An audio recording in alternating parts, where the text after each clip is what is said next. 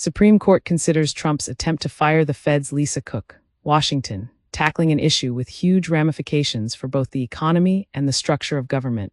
The Supreme Court on Wednesday considers President Donald Trump's attempt to oust Federal Reserve Board member Lisa Cook.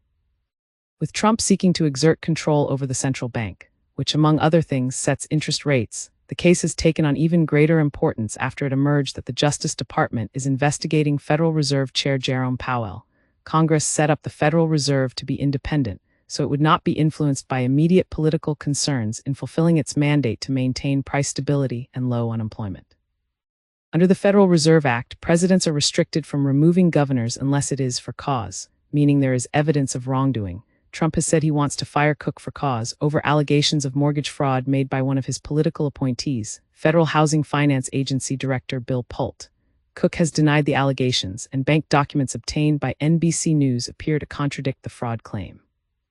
The Supreme Court in October refused to allow Trump to fire Cook immediately, instead scheduling oral arguments in the case, suggesting the administration may face an uphill battle over his claim that the decision to remove her cannot be challenged in court.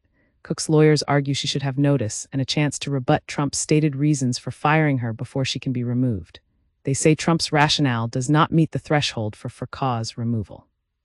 Solicitor General D. John Sauer, representing the Trump administration, says in court papers that Cook has no right to any kind of hearing challenging her firing. It is up to the president alone to decide whether the for cause hurdle is met under the powers allocated to him under Section 2 of the Constitution, he said. Powell is expected to attend Wednesday's argument. Trump has long been critical of the Fed, and Powell in particular, for not doing more to lower interest rates, though he originally appointed Powell to the position in 2017. Trump has not moved to fire Powell, though the Justice Department investigation related to testimony Powell gave to Congress about refurbishments at the Fed's headquarters in Washington could similarly give him a reason.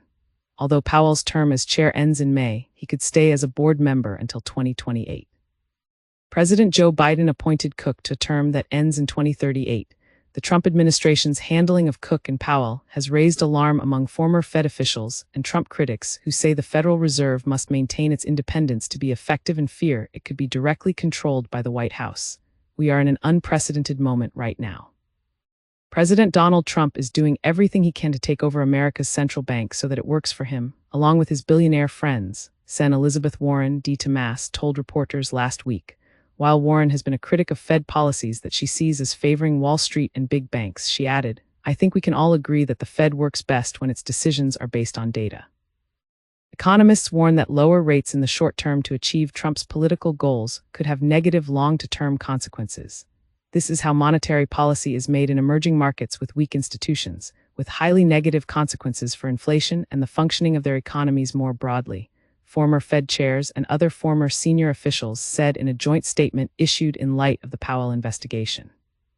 Since he started his second term a year ago, Trump has waged war on what have previously been known as independent agencies set up by Congress to be protected from political influence, by firing various members despite for cause protections, including the Federal Trade Commission and the National Labor Relations Board.